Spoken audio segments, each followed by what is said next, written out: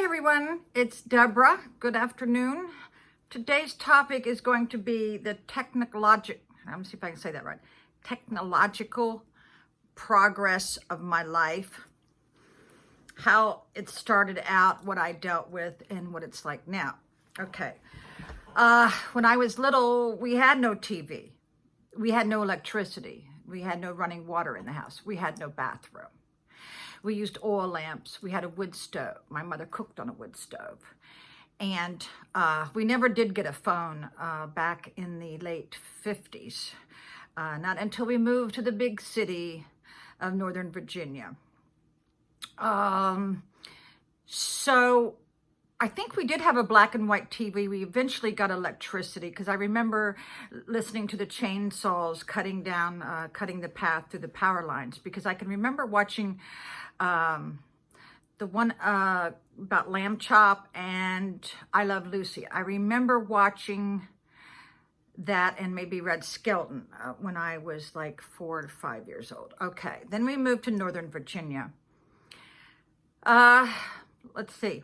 When I would visit my grandparents, we had a party line. That's when you could pick up the phone and listen to other people in your area talking. That was not so nice, no. But we had the dial phones back in the early 60s. We got another black and white. We only had one TV, black and white, that everybody had to share, and of course, my father got to choose. Once he got home, you had to watch what he was watching. Now, I remember when all of a sudden we got the push button phones. That was like miraculous. We would play tunes on there. We were so overjoyed with these push button phones, and because I play music by ear, I could remember people's phone number just by the tones it was playing. Yeah, that was a big deal. And they came in colors. Oh my gosh, that was just so cool. It was called a princess phone, I do believe. Now, I learned how to type on a manual when I was with the police department. I typed on a manual. And when my mother had a tile company in Oakton, Virginia, she had that little ball. I think it was a select, I forget. It starts with the S. That was the typewriter. Had the little ball with all the little numbers that would click. I remember when I would hear her type, I thought that was the really cool sound of that ball moving up and down the carriage of the typewriter. She was one of the first to get a electric typewriter. So once I was at the police department, they changed everything to electric typewriters. That kind of scared me. And I remember I used to have to transcribe B&E reports with a dictaphone. That's where you listen and you type what you're hearing.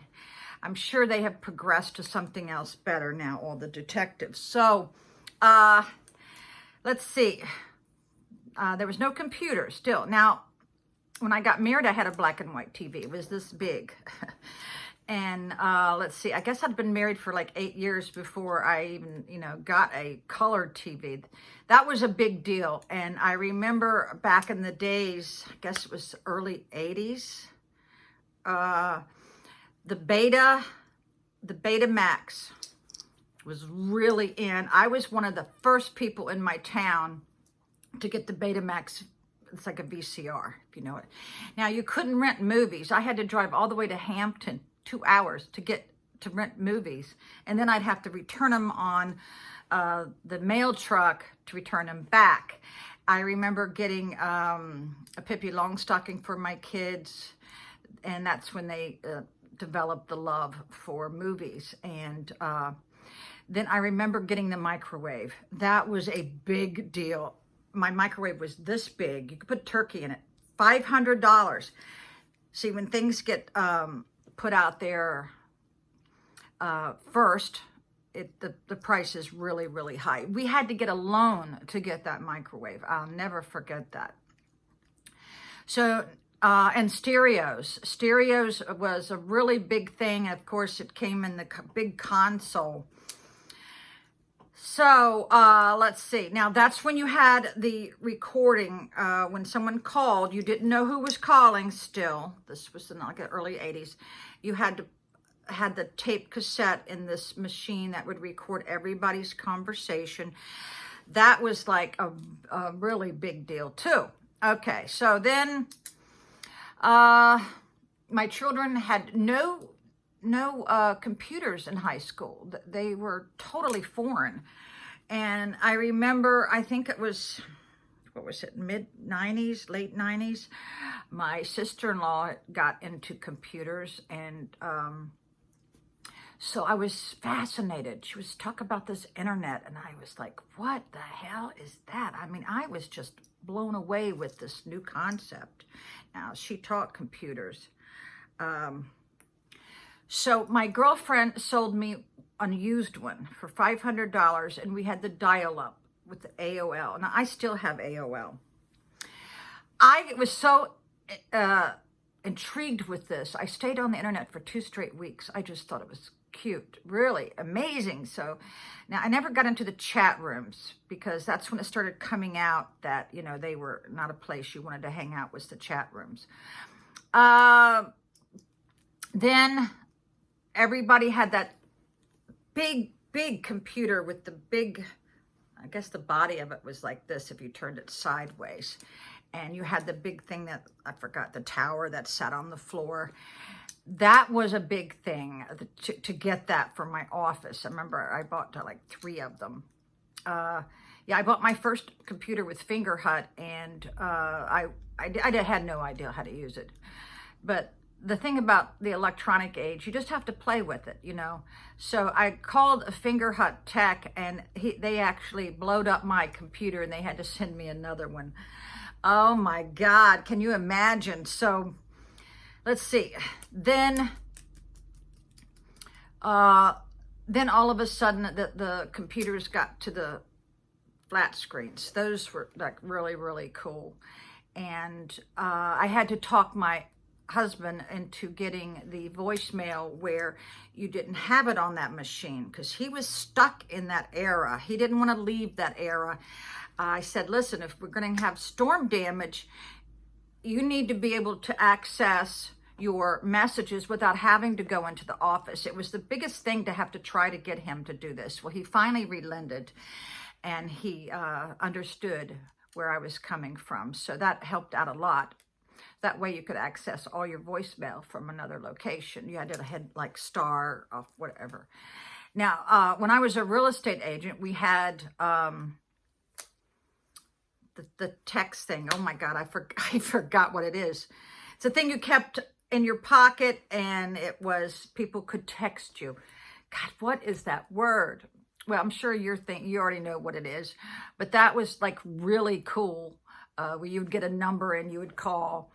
All the realtors back in the early 90s had that. So now we've progressed to the iPad and the iPhone, the Android. Now, I have never, ever played on the internet. I've seen my grandchildren play on there, especially my granddaughter. And I remember she was watching Shane Dawson. I go, who is this Shane Dawson? Now, he's one of the #1 YouTubers of like all time. He was voted the #1 too. And now this was when she was about 12 years old. So when I started watching him, I was intrigued. And that's when I started dabbling into YouTube. That was about 11 years ago. So now the children, I remember my grandchildren would not go to bed at night. They'd be on the internet most of the night, and then they couldn't get up in the morning. That is how much that the electronical age has influenced. They don't play outside. I had to force my grandchildren to play outside. Now, my children played outside all the time because they didn't have any of this. And I can remember my dad had this huge satellite dish in his yard. I mean, it must have been 15 foot tall. He'd have to turn this little thing to turn the satellite just to watch a movie. And it was a big ordeal. He knew which which way to turn that big satellite dish. And everybody had a dish in the yard. I remember when I was living in Weems, Virginia on the water, we bought a big satellite dish. It was all about the satellite dish. Now, I'm not talking about these little ones you see now. It was huge. So yeah, society is all about the phone. And I understand the people being intrigued. I understand the addiction, but I have a feeling it will fade away soon. But it's how you check the weather, the time, it's how you call your friends, it's how you do business. I actually do most of my business on the phone, right on my iPhone XX Max. So I hope you enjoyed this. Thank you. Bye-bye.